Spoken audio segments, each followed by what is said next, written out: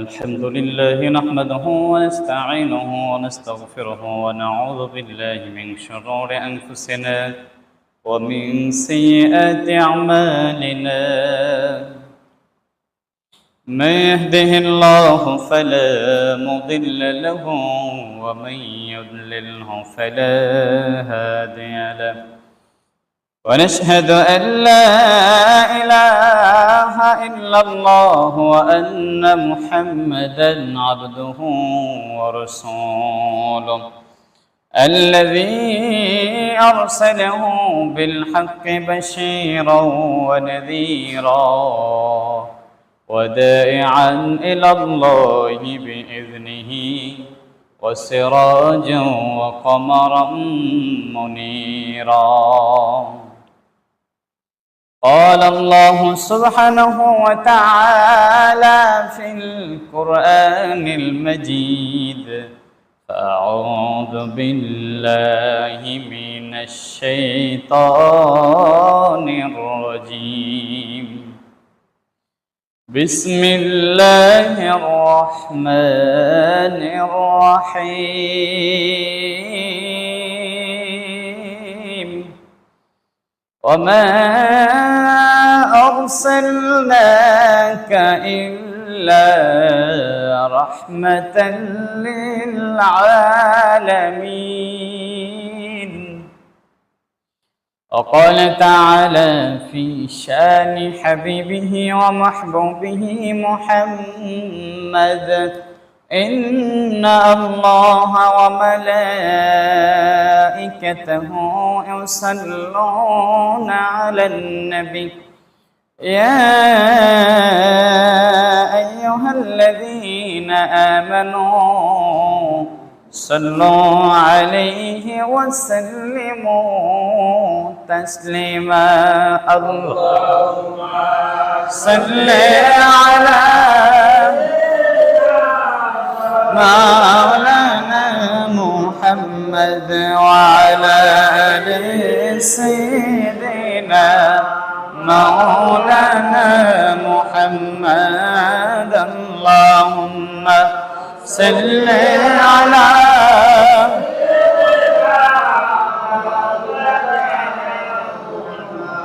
وعلى آل سيدنا مولانا আমার নবী দয়ার নবী যার তুলনা যে নাই, সকল নবীর সেরা তিনি আসলেন ধারায় রহমত নিয়ে। আল্লাহুম্মা সাল্লি আলা মাওলানা محمد على آل سيدنا مولانا. بلغ العلا بكماله كشف الدجى بجماله حسنت جميع خصاله صلوا عليه. الصلاة والسلام عليك يا رسول الله، الصلاة والسلام عليك يا حبيب الله، الصلاة والسلام عليك يا شافع المذنبين، الصلاة والسلام عليك يا رحمة আলহামদুলিল্লাহ। আল্লাহ জাল্লা শানুহুর দরবারে অসংখ্য শুকরিয়া যে রব্বুল আলামিন আমাদেরকে পবিত্র রবিউল আউয়াল মাসে আল্লাহ তাআলার হাবিব যে মাসে পৃথিবীর জমিনে আগমন করেছেন, এ মাসের আল্লাহ তাআলা আমাদেরকে আল্লাহর ঘরের মেহমান হিসেবে কবুল করেছেন। শুকর গুজার চিত্তে উচ্চ আওয়াজে পড়ি আলহামদুলিল্লাহ। সম্মানিত হাজরিন, আল্লাহ তাআলা পৃথিবীতে একমাত্র মহামানব বিশ্বনবী জনাবে মুহাম্মদুর রাসূলুল্লাহ আওয়াজ দেয়া পড়েন সাল্লাল্লাহু আলাইহি ওয়াসাল্লাম। তাকে পৃথিবীতে প্রেরণ করেছেন গোটা বিশ্ব জগতের রহমত হিসেবে। আল্লাহর হাবিব সাল্লাল্লাহু আলাইহি ওয়াসাল্লাম পৃথিবীর জমিনে আগমন করেন নাই। পৃথিবীও তখন ছিল না, কুল কায়নাত কিছু ছিল না। গোটা বিশ্ব জগৎ সৃষ্টির আগে রব্বুল আলামিন তার হাবিবের নূরকে সৃষ্টি করেছেন। সুবহানাল্লাহ। রব্বুল আলামিন গোটা বিশ্ব জগতের জন্য একমাত্র মহান পথ প্রদর্শক, একমাত্র উত্তম চরিত্রবান নেতা লিডার মুহাম্মদ সাল্লাল্লাহু আলাইহি ওয়াসাল্লামকে পৃথিবীর সবার আগে আল্লাহ সৃষ্টি করলেন এবং সমস্ত সৃষ্টির রূহগুলো যখন একত্রিত ছিলাম, রব্বুল আলামিন জিজ্ঞেস করলেন, আলাস্তু বিরাব্বিকুম, আমি কি তোমাদের রব নই? সবাই তখন নীরব, কি জবাব দিবেন? কিচ্ছু বুঝতে পারে না। তখন সকল রূহের মধ্য থেকে নীরবতাকে, স্তব্ধতাকে ভেদ করে সবার আগে জবাব দিলেন, আপনারা আমার নবী, নূর নবী মুহাম্মদুর রাসূলুল্লাহ সাল্লাল্লাহু আলাইহি ওয়াসাল্লাম বললেন, ক্বালু বালা, হ্যাঁ আপনি আমাদের রব। আমাদের নবীজির জবাব শুনে শুনে সকল রূহগুলো তখন জবাব দেয়া দিল, ক্বালু বালা, আপনি আমাদের রব। এই কথা স্বীকৃতি দেওয়ার পরে আল্লাহ জিজ্ঞেস করলেন, তোমরা পৃথিবীতে যখন যাবে, গিয়ে আমার নবীর গুণগান করবে, আমার নবীর আগমনের গান গাইবে, আমার নবীর শান বর্ণনা করবে, আমার নবীর শানে নাচ গাইবে, আমার নবীর প্রশংসাগুলো গোটা বিশ্বময় তোমরা ছড়ায় দিবে। তখন তারা বলল, হ্যাঁ আমরা ওয়াদাবদ্ধ হয়ে গেলাম, আমরা ওয়াদাবদ্ধ হলাম, আপনার নবীর সম্মান গাইব আর আপনার নবীর গুণগান পৃথিবীর প্রান্তে প্রান্তে ছড়ায় দিব। সকল নবীদের শুরুতে আল্লাহ পাঠালেন হযরতের নবী আদম আলাইহিস সালামকে। নবী আলাইহিস সালাম দুনিয়ার জমিনে আগমন করলেন, রব্বুল আলামিন তাকে জিকির শিক্ষা দিলেন, কিন্তু হযরত আদম নবীর দিল শান্ত হয় না। আল্লাহ তার সঙ্গী হাওয়া আলাইহিস সালামকে দিলেন। এতে পূর্বে রব্বুল আলামিন শয়তানকে পাঠিয়ে দিলেন, যাতে করে এই দুনিয়ার জমিনে শয়তান বিশৃঙ্খলা সৃষ্টি করে, একদল লোককে যাতে করে জাহান্নামে দিয়ে দেওয়া যায়, আর একদল যেন কঠিন পরীক্ষায় উত্তীর্ণ হয়ে জান্নাতে প্রবেশ করতে পারে। সুবহানাল্লাহ। হাওয়া আলাইহিস সালাম ছিলেন একজন মহিলা। শয়তান নারীদেরকে খুব সহজেই কুমন্ত্রণা দিতে পারে। দেখবেন পৃথিবীতে যত সমস্যা তার মূল হচ্ছে নারী, ঠিক কিনা বলেন? পৃথিবীতে যত বিপদ আপদ, বিপর্যয় আর যত হানাহানি, যত রকমের অনাচার আছে, সবকিছুর মূল সূত্রপাত এই মেয়ে লোকেরা। তবে হ্যাঁ, যদি তারা ভালো হয়, তাকওয়াবান হয়, পর্দাশীন হয়, তাহলে পরে তাদের জন্য এই দুনিয়াটা রহমত, তাদেরকে দিয়ে ফিতনা বাজে না। কিন্তু হাওয়া আলাইহিস সালামের সময় পর্দার বিধান ছিল না। হযরত হাওয়া আলাইহিস সালামের সাথে এই যে শয়তানের খুব মোলাকাত হয়ে গেল। শয়তান হাওয়ারে পরামর্শ দিল, হাওয়া তুমি এই কাজ করবা, তাহলে জান্নাতে চিরকাল থাকতে পারবে। কিন্তু এই কথাটা ছিল পুরাই মিথ্যা। কি ছিল বলেন? কিন্তু আল্লাহ বলেছিলেন, আদম আর হাওয়া জান্নাতের যেখানে মনে চায় সেখানে তোমরা ভ্রমণ করো, আমার নিয়ামত ভক্ষণ করো, তবে হ্যাঁ ওই যে গাছ, ওই গাছের নিকট যেও না, আর ওই গাছের ফল খেও না। যদি খাও অভিশপ্ত হয়ে যাবে, আর তোমরা এই জান্নাত থেকে বিতাড়িত হবে, দুনিয়ায় চলে যাবে। শয়তান উল্টা বুঝায় দিল। মেয়ে মানুষ তো এখন কি হয় আর একটু পর মনে থাকে না, ঠিক কিনা? কিন্তু স্বামী কোন দিন ঝগড়ায় কি বলছিল ওইটা 12 বছর পরে মনে থাকে কিনা বলে? হ্যাঁ কথা কন, আপনার ঘরে মনে হয় যে বউটাও নাই, মনে হয় 12 বছর আগে স্বামী কি বলছিল ওইটা খুব মনে থাকে। তুমি এই প্রথম ছেলে হওয়ার সময় আমার বাপের বাড়ি থেকে যৌতুক আনার জন্য চাপ দিছিল, আমারে মারধর করছিল, গালিগালাজ করছিল। 3 নম্বর ছেলে যখন বিয়ে হয় তখন এই কথা স্বামীরে খোঁটাটা আছে না নাই? হাওয়া আলাইহিস সালাম সব ভুলে গেল, আল্লাহর আদেশ ভুলে গেল, শয়তানের কুমন্ত্রণা বলে নাই। স্বামীরে বলে, স্বামী এই ফল খুব সুস্বাদু, আমিও খাইছি, তুমিও খাও, যদি খাও আমরা দুজনই চিরকাল জান্নাতে থাকতে পারবো। এক পর্যায়ে আদম আলাইহিস সালাম স্ত্রীর প্রেম আর ভালোবাসায় মুগ্ধ হয়ে তিনি খেলেন।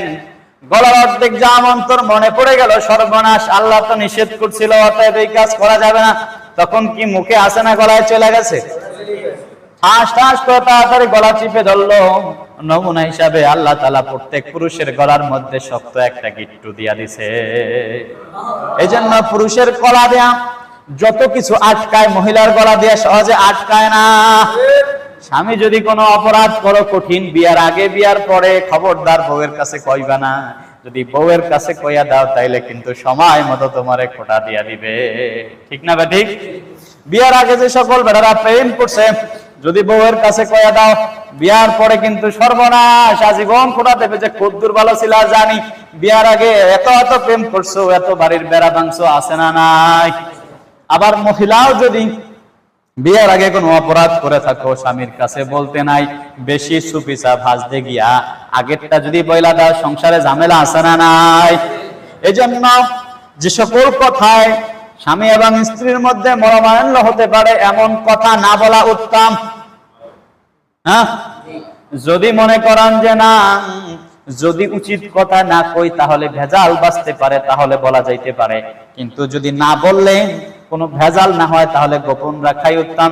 তবে কিছু কিছু দরবেশ আছে, বিয়ার আগে আমার 3-4টা প্রেম ছিল, বউ স্বামীরে খুব সুন্দর বইলা দিছেন, স্বামী আবার যে আগে 5-6টা প্রেম ছিল এটাও বইলা দিছে, এরপরে এই সন্দেহ আছে না নাই? বিয়ার পরে স্বামীও মনে করে মেয়ে তো আগে সর্বনাশ ছিল, এখনো মনে হয় তার মধ্যে রোগ আছে, আবার স্ত্রীও মনে করে ও তো আগে ভেজাল ছিল, এখনো মনে হয় এই ভেজাল আছে। সন্দেহ আছে না নাই? এই জন্য সন্দেহ থেকে বাঁচতে হবে। সম্মানিত শুধু যা বলছিলাম, আদম আলাইহিস সালামকে হাওয়া আলাইহিস সালাম শয়তানের কুমন্ত্রণায় ওই গন্ধম ফল খাওয়ায় দিল, আর জান্নাত থেকে বের হয়ে দুনিয়ার জমিনে আগমন করলো। দুনিয়ায় আগমন করার পরে বছরের পর বছর কাঁদতে থাকলাম, দুই স্বামী স্ত্রী কারো দোয়া কবুল হয় না।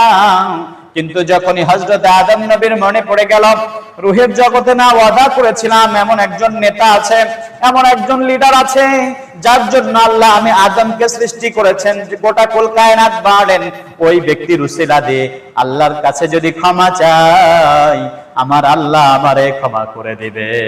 সুবহানাল্লাহ। হযরত আদম সফিউল্লাহ বললেন, রব্বানা যালামনা আনফুসানা ওয়া ইন লাম তাগফির লানা ওয়া তারহামনা লানাকুনান্না মিনাল খাসিরিন। সুবহানাল্লাহ।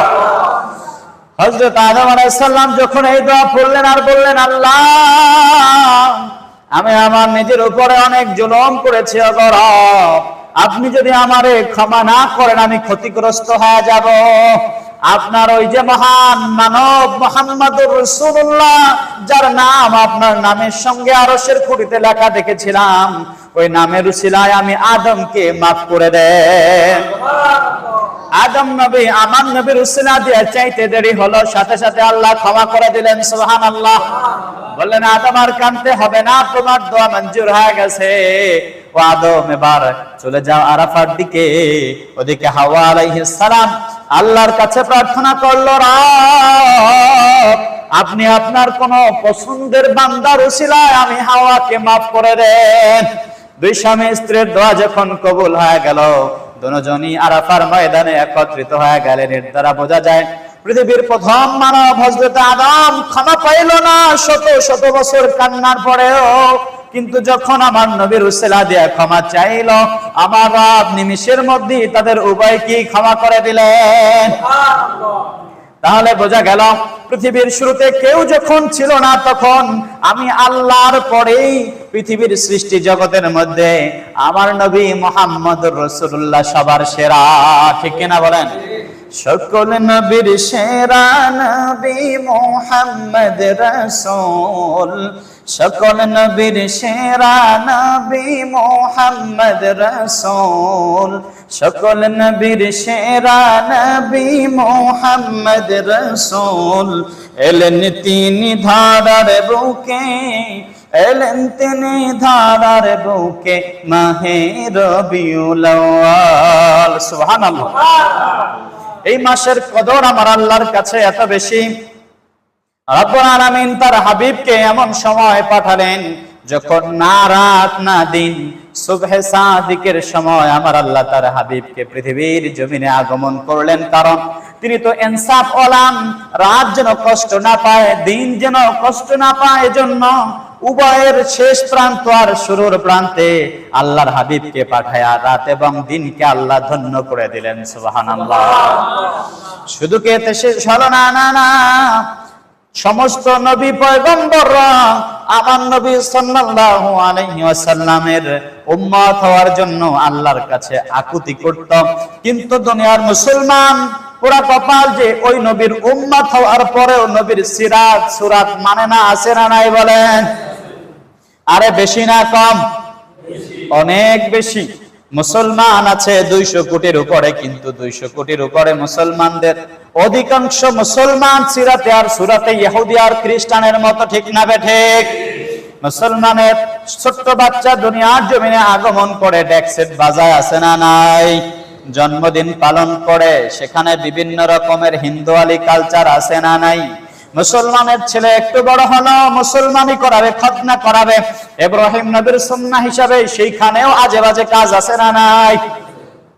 এরপরে মুসলমানের ছেলে বড় হয়ে গেল, উপযুক্ত বয়স হলো, বিয়ে তো করাইলো না। বয়স যখন অনেক পার হয়ে গেল তখন তার বিয়ের ব্যবস্থা করলো, সেখানেও তারা মুসলমানের রীতিনীতি কালচার দেখলো না। মেয়ে যখন সাবাল্যক হলো 14 বছর 15 বছর, তখন মেয়েকে বিয়ে দিল না, কিন্তু মেয়েকে উচ্চ শিক্ষায় শিক্ষিত করলো। মাঝখানে 5 বছর 10 বছর মেয়ের অবৈধ সম্পর্ক, আছে না নাই? ছেলের অবৈধ সম্পর্ক, আছে না নাই? বিয়ে দিবে না। অথচ ইসলামের বিধান, ছেলে মেয়ে যদি বড় হয়ে যায় যত দ্রুত সম্ভব ছেলেকে মেয়েকে উত্তম পাত্রস্থ করো, উত্তম পাত্রীর ব্যবস্থা করে বিয়ে দিয়ে দাও, কারণ বিয়ের মধ্যে রহমত দিবেন কে?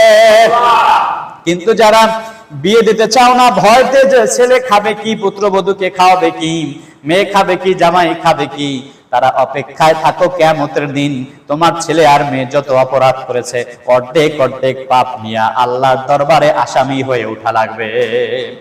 তোমার যার 3টা মেয়ে আছে 4টা মেয়ে আছে, মেয়েদের ভরণ পোষণ শুদ্ধ, মেয়ে বিয়ে দেওয়ার সব সরঞ্জাম বাবা তুমি দেওয়ার জন্য রাজি, মেয়ে বিয়ের পরে মেয়ে বাড়ির 14 গোষ্ঠী খাওয়ানোর জন্য মেয়ের বাবা রাজি, ঠিক কিনা বলেন? প্রয়োজনে লোন তুলবে, ধার আনবে, কর্জ করবে, কিন্তু ছেলে বলছে বাপ কিচ্ছু লাগবে না আমার, আপনি শুধু রাজি হন, একটা মেয়ে খুঁজে বিয়ে করায় দেন, আমার স্ত্রীর খরচ আমি দিতে পারবো। বাপ বলে না, নিজের পায়ে নিজে দাঁড়ায়, এরপরে বিয়ে করাবো, এমন টাকার বাপ, আছে না নাই? কিন্তু নবীর শিক্ষা এটা নয়, বরং নবীর শিক্ষা তোমার ছেলেকে তুমি জেনা থেকে বাঁচাও, পাপাচার থেকে বাঁচাও, প্রয়োজনে ছেলে যুবক হওয়ার সাথে সাথে তারে বিয়ে করায় দাও। ছেলের ওই যে বউটা ঘরে হিসেবে আসবে, ওটাকে নিজের মেয়ের মতো করে আদর করো, যত্ন করো, ওকে ভালোবাসা দাও, বিনিময়ে তুমি যখন বুড়া হবা শ্বশুর আর শাশুড়ি ওই পুত্রবধূ তোমারে ফালায়া স্বামীর হাত ধরে শহরে উঠবে না, তোমাদের বিপদে পুত্রবধূ মেয়ের ভূমিকা পালন করবে। এটা আগের যুগে ছিল, ঠিক কিনা বলেন? এখন আর নাই, কারণ এখন প্রত্যেক ছেলে নিজের পায়ে দাঁড়ায় বিয়ে করে, আর পুত্রবধূ বলে আমি আমার স্বামীর টাকায় চলি, স্বামীর ভরণ পোষণে চলি, অতএব শ্বশুর শাশুড়ি ওই টুনটুনাটুনগুলা দেখার আমার সময় নাই, ঠিক না ঠিক বলেন? আপনি আপনার ছেলেকে সুশিক্ষিত করেছেন, মেয়েকে সুশিক্ষিত করেছেন, দিন শিখান নাই। আপনার ছেলের ঔরসে পুত্রবধূর গর্ভে যে সন্তান আসবে তারাও বলবে আমাদের ছেলে মেয়েদেরকে সুশিক্ষা শিক্ষিত করব, এই গ্রামে রাখলে পরে আমাদের ছেলে মেয়ে সুশিক্ষিত হবে না, দাদা দাদি এরা পুরোনো কালচার, এদের সঙ্গে রাখলে পরে আমাদের সন্তানগুলো এই মার্জিত ভাষা শিখবে না, অতএব কি করো, ছেলেকে শহরে ভর্তি করো, আর এই বুড়া বড়িদের সঙ্গে সম্পর্ক ছিন্ন করো। পরে নাউজুবিল্লাহ। যারা তোমাদের সন্তানদেরকে সুশিক্ষা শিক্ষিত করার জন্য পিতৃলয় ছেড়ে তোমরা শহরে অবস্থান নিচ্ছ সুশিক্ষার জন্য, অবস্থান থেকে তাকায় দেখো বর্তমানে বহু সুশিক্ষিত এই দুনিয়াবী শিক্ষায় শিক্ষিত ছেলেরা মোটা অঙ্কের ইনকাম করে, কিন্তু পিতামাতার খবর নেয় না, পিতামাতা বৃদ্ধাশ্রমে কেঁদে কেঁদে দিন রাত পার করে, ঠিক কিনা বলে? সম্মানিত শুধু মুহাম্মদুর রাসূলুল্লাহ সাল্লাল্লাহু আলাইহি ওয়াসাল্লাম দুনিয়ার জমিনে আগমনের আগেই আমার আল্লাহ গোটা কুল কায়নাতকে খবর দেয়া দিলেন, ও বিশ্ববাসী শোনো, জিন ইনসান কীট পতঙ্গ তরুলতা আকাশ বাতাস পানি সব শোনো, পৃথিবীর জমিনে তোমাদের নেতা আগমন করবে, তোমরা সবাই আনন্দিত হও। সুবহানাল্লাহ। আকাশ আর জমিনের দরজা খুলে দেওয়া হলো, तमाम ফেরেশতাদেরকে রব্বুল আলামিন ছুটি দেয়া দিলেন। ও ফেরেশতারা, তোমাদের আজকের ছুটি, পৃথিবীতে কোনোদিন ফেরেশতাদেরকে ছুটি দেওয়া হয় নাই, আর কিয়ামতের আগ পর্যন্ত ফেরেশতাদেরকে ছুটি দেওয়া হবে না। কিন্তু নবীর আগমনের ওই দিনকে লক্ষ্য করে রব্বুল আলামিন ফেরেশতাদের ছুটি দিলেন, কেন তোমাদের ডিউটি অফ? আজকের কোনো ডিউটি নাই, প্রধান অতিথি পৃথিবীতে যাবে আর তোমরা তার সম্মান বর্ণনা করবা, তোমরা নবীর শানে কাসিদা পাঠ করবা। তালাল বাদরু আলাইনা মিন সানিয়াতিল ওয়াদা ওয়াজাবাত শুকরু আলাইনা মাদআলিল্লাহি দা। পড়েন সুবহানাল্লাহ। তারা উচ্ছ্বসিত হতে লাগলো, তারা বলতে লাগলো পূর্ণিমার চাঁদ উদয় হয়েছে, গোটা বিশ্ব মানবতার জন্য কল্যাণ নিয়ে এসেছে, সকল অন্ধকার দূরীভূত হবে, আমরা আজকের মহান সুখ অনুভব করলাম। পড়েন সুবহানাল্লাহ। সময় তো শুধু আকাশ জমিন সব আনন্দিত হলো। বিশ্বনবীর এখনো মায়ের গর্ভে হুজুর সাল্লাল্লাহু আলাইহি ওয়াসাল্লামের মা আমিনা যখন পেটে সন্তান ধারণ করলেন, মায়ের গর্ভে যখন আমার নবীর বয়স 6 মাস, তখন থেকে আমার নবীর আব্বা দুনিয়া থেকে বিদায় হয়ে গেছে। আমার নবী তখন থেকে এতিম হয়ে গেলেন, এখনো দুনিয়ায় আসেন নাই। কিন্তু নবীর মা আমিনা লক্ষ্য করতেন তার পেটের ভিতরে বাচ্চা নড়াচড়া করছে, কিন্তু এই নড়াচড়ার কারণে আমার নবীর মা আমিনার কোনো কষ্ট হতো না, বরং স্বাভাবিকভাবেই কাজকর্ম করতেন। নবীজির মা আমিনা যখন রৌদ্র পথে চলতেন, আকাশের মেঘ খণ্ড নবীজির মায়ের গায়ে ছায়া দিত, কারণ নবীর মায়ের পেটের ভিতরে গোটা জাহানের রহমত, আর তার মায়ের গায়ে রোদের তীব্রতা লাগবে এটা হতে পারে না। সুবহানাল্লাহ। আর নবীর মা আমিনা যখন মরুভূমির উত্তপ্ত বালুর মধ্যে পা রাখতেন, সাথে সাথে মরুভূমির বালুগুলো শীতল হয়ে যেত নবীর মায়ের পায়ের মধ্যে, ওই মরুভূমির বালুর উত্তপ্ত গরম হাওয়া লাগতো না। আমার নবীর মা যখন রাতের আধারে বাহিরে বের হতেন, আকাশ চন্দ্র আর তারকা মিলে আমার নবীর মারে সালাম জানাইতো যে আমিনা, তুমি তো পৃথিবীর শ্রেষ্ঠ মা, তোমার গর্ভে রাহমাতুল লিল আলামিন অবস্থান নিয়েছে। সুবহানাল্লাহ। নবীর মা আমিনা বলেন, আমি যখন কোন পাখিদের ঝাঁকের পাশ দিয়ে চলে যেতাম, ওই পাখিগুলো আমার চারপাশে আসতো আর গুনগুন করে আমারে গান শোনাতো আর আমারে সালাম জানাতো যে আমিনা, তোমার উপরে সালাম, তোমার গর্ভে আমাদের নেতা মুহাম্মদুর রাসূলুল্লাহ। শুধু এতেই শেষ নয়, আল্লাহর হাবিবের মা যখন কূপের কাছে পানি আনতে যেতেন, আরবের কূপের পানি রশি দিয়ে বালতির মাধ্যমে টেনে তুলতে হয়। নবীর মা আমিনা কূপের কাছে যাইতে দেরি, কূপের পানিগুলো কূপের মুখ ভর্তি হতে দেরি হতো না। এই দৃশ্যগুলো দেখার পরে চতুর্পাশ থেকে বন্য প্রাণীরা চলে আসতো, পাখিরা চলে আসতো পানি পান করার জন্য। লক্ষ্য করবেন, চৈত্র বৈশাখ মাসে যখন যখন ওই শুকনো মাঠের ভিতরে পানি উঠে যায়, জ্বরের পানি, বিভিন্ন পাখিরা এসে সেখানে গোসল করে, কিচিরমিচির করে। আপনারা দেখছেন? কথা কয় না, দেখছেন নাকি? নতুন পানি পাওয়ার পরে তারা খুশি হয়। ঠিক আরবের মধ্যে কূপ বরাবর পানি আসার কারণে পাখিরা এসে পানি পান করে আর সুন্দর গান গায়, বন্য প্রাণীরা পানি পান করে। এই দৃশ্য দেখে আরবের নারী, যুবক, বৃদ্ধা, শিশু, কিশোররা পানি নেওয়ার জন্য দৌড়ে এসে আমিনারে অনুরোধ করে যে আমিনা গো, তুমি যেও না, তুমি গেলে কূপের পানি আবার নিচে চলে যাবে, তুমি একটু কষ্ট করে বসো, আমরা পানি নিয়ে নেই, তোমার কলসি তোমাকে ভরায় দেব, বাড়ি পর্যন্ত পৌঁছা দিব। সুবহানাল্লাহ। শুধু এতেই শেষ নয়, যেদিন থেকে এই দৃশ্য শুরু হয়ে গেল, আরবের কূপের পানি সচরাচর একটু নোনা হয়, কিন্তু যেদিন থেকে এই দৃশ্য শুরু হয়ে গেল, ওই কূপের পানি সুমিষ্ট হয়ে গেল। সুবহানাল্লাহ। এতেই শেষ নয়, আমিনা যেখান দিয়ে হেঁটে যায়, আরবের রাস্তাগুলো সুঘ্রাণে মোহিত হতে থাকে। লোকেরা কানাকানি করে, আমিনার তো স্বামী নাই, তাহলে কে তার এই সুগন্ধি এনে দেয়? আর এই সুগন্ধি এমন সুগন্ধি যেটা আরবের বাজারে কিনতে পাওয়া যায় না। ও আমিনা, এই সুগন্ধি কোথায় পাও? আমাদের ঠিকানা দাও। আর আমিনা বলে, এই সুগন্ধি কোনো বাজারের না, এটা আমার পেটে যিনি আছেন ওনার সুগন্ধি।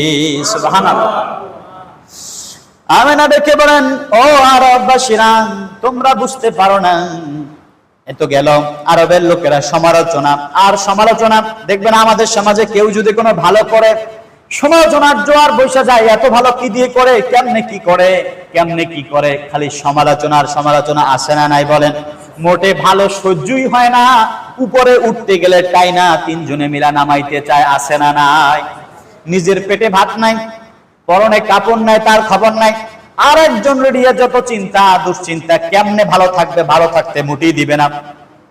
ঠিক অমন ভাবে আরবের ওই সময়টা এমন ছিল যে সময়ে লোকেদের মধ্যে কোনো বিচার আচার ছিল না, মানুষ মানুষকে হত্যা করত, জীবন্ত কন্যা সন্তানকে কবর দেয়া দিত। যদি কোনো মানুষের একটু সম্পদ হতো, তার দিকে চোখ রাঙা তাকাতো আর তার সম্পদ চুরি করত, আত্মসাৎ করত, এমনকি তারে খুন করে তার সম্পদের নিজেরা মালিক হয়ে যেত। বলেন নাউজুবিল্লাহ।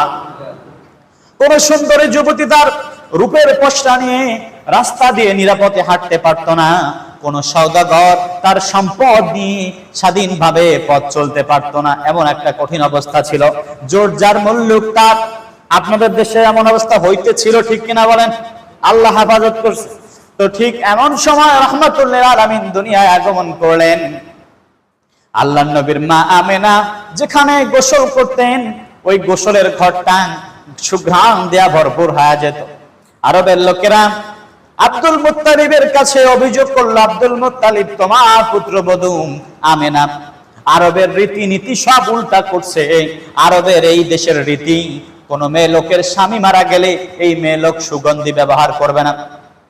ও আব্দুল মুত্তালিব, তুমি আরবের নেতা, কিন্তু তোমার ঘরেই অনিয়ম চলে, তোমার পুত্রবধূ কেন এই সুগন্ধি ব্যবহার করে? আব্দুল মুত্তালিব এবার শরম পেয়ে গেল। বলেন তো, নেতার ঘরেই যদি নিয়ম কারণ না চলে, নেতার মান সম্মান থাকে নাকি? কথা কয় না? ঘুমে ধরছে আপনাদের? তো জোরে কর না কে? নীতি যদি নেতার ঘরে না থাকে, তাহলে নেতা সমাজে মুখ দেখাইতে পারে? আরে পারে, পারে। আওয়ামী লীগের নেতা হইলে পারে, বেনবাজি নেতা হইলে পারে, চোর ডাকাত আর লুচ্চ নেতা হইলে কোনো সমস্যাই নাই, ঠিক কিনা বলেন? জনগণ যদি তাহাকে যদি মায়া নিয়ে ধরে, এরপরে মিডিয়ায় প্রকাশ করে এই নেতার চরিত্র কুত্তার মতো পবিত্র, ঠিক কিনা বলেন? এরপরেও নেতার পিছনে স্লোগান দেওয়ার কর্মীর অভাব থাকে না, ঠিক না? ঠিক। তাহলে আপনি যে করে নেই মাত্র লক্ষ্য করেন, মুহাম্মদুর রাসূলুল্লাহর মা আমেনা সুগন্ধি ব্যবহার করে। শ্বশুর আর শাশুড়ি মিলে জিজ্ঞেস করে, ও আমেনা, বলো তো তুমি সুগন্ধি ব্যবহার করো, কোথায় পাও, কে দেয় তোমারে? নবীজির মা আমেনা তিনি ওই সময়ের বুদ্ধিমতী, সুন্দরী, রূপবতী এবং সর্বগুণে গুণান্বিত। তিনি শ্বশুরের সামনে একটু থুথু মোবারক রাইখা দিলেন। সুবহানাল্লাহ পড়েন। থুথু শ্বশুরের সামনে একটু দিতে দেরি, সুগ্রানে শ্বশুর বলে বাস বাস হয়ে গেছে, আমার আর বুঝতে দেরি নাই। তো আর বুঝতে দেরি নাই, তোমার লালা থেকে সুগন্ধি বের হয়। আমেনা, নিশ্চয়ই এটা তোমার পেটে যিনি আছে তার বরকত। সুবহানাল্লাহ। কেন কেন আমেনা, আমি স্বপ্নে দেখেছি কে যেন আমার সংবাদ দেয়া গেল, আব্দুল মুত্তালিব তুমি কাবার চাবি রক্ষক, আরবের নেতা, তোমার পুত্রবধূ আমেনার গর্ভে গোটা বিশ্ব জগতের নেতা মুহাম্মদুর রাসূলুল্লাহ আগমন করতেছে। তার নাম আসমানে আহমদ, আর দুনিয়ায় তার নাম রেখে দিও মুহাম্মদ। সুবহানাল্লাহ। নবীজি দুনিয়ার জমিনে আগমন করবে, নবীজির আব্বা দুনিয়ায় নাই। শ্বশুর আব্দুল মুত্তালিব চিন্তিত হয়ে গেলেন, পুত্রবধূ অসুস্থ, বাচ্চা হবে, কোথায় তার চিকিৎসা করাবো, কি ব্যবস্থা হবে? শ্বশুর যখন চিন্তিত, তিনি কাবার চত্বরে পৌঁছে গেলেন। কাবা ঘরের গৃহের সামনে গিয়ে প্রার্থনা করছেন, রব্বুল আলামিন, আমার ছেলে হারা, এই আমার ছেলে হারা আব্দুল্লাহ, তার স্ত্রী আমেনার সন্তান হবে, আর আমি আব্দুল মুত্তালিব খুব চিন্তিত, আপনি আমার উপরে রহমত নাজিল করেন। সুবহানাল্লাহ। আব্দুল মুত্তালিব কারাগারের সামনে ইবাদত করতেছেন, হঠাৎ ঘুমায় গেল, ঘুম চলে আসলো তন্দ্রাচ্ছন্ন। এমন সময় কে যেন ডেকে বলে, আব্দুল মুত্তালিব, আর চিন্তিত হতে হবে না, তোমার ঘরে পূর্ণিমার চাঁদ উদয় হয়েছে। সুবহানাল্লাহ। আব্দুল মুত্তালিবের ঘুম ভেঙে দেখেন আমেনার ঘরটা আলো আলোকিত হয়ে গেছে। আকাশ থেকে আব্দুল মুত্তালিবের মা আমেনা যেই ঘরে ছিলেন, আমার নবী যেই ঘরে জন্ম নিলেন, ওই ঘরে রহমত সোজা নাজিল হচ্ছে, আর সুঘ্রাণে পুরা আরবের চত্বর মুখরিত হয়ে গেল। নবীজির ফুফু সুফিয়া ডেকে বলেন, আমি আমার ভাতিজার সংবাদ শুনে চাকুনি অথবা ধারালো তরবারি নিয়ে গেলাম নাভি কাটার জন্য। গিয়ে দেখি এত সুন্দর একটি ফুটফুটে বাচ্চা, যার চেহারার চাহনির দিকে চেয়ে আমি মুগ্ধ হয়ে গেলাম। তার নাভি কাটার প্রয়োজন হলো না, তিনি এমন ভাবে আসলেন মনে হয় যেন তার গায়ে কোনো রক্ত অথবা নাপাক পানীয় স্পর্শ করে নাই। এমনকি তিনি খতনা অবস্থায় দুনিয়ার জমিনে আগমন করলেন, তার শরীর থেকে সুঘ্রাণ বেরাতে থাকলো। আমি দেখলাম আরবের পারস্য পর্যন্ত আলোয় আলোকিত হয়ে গেল।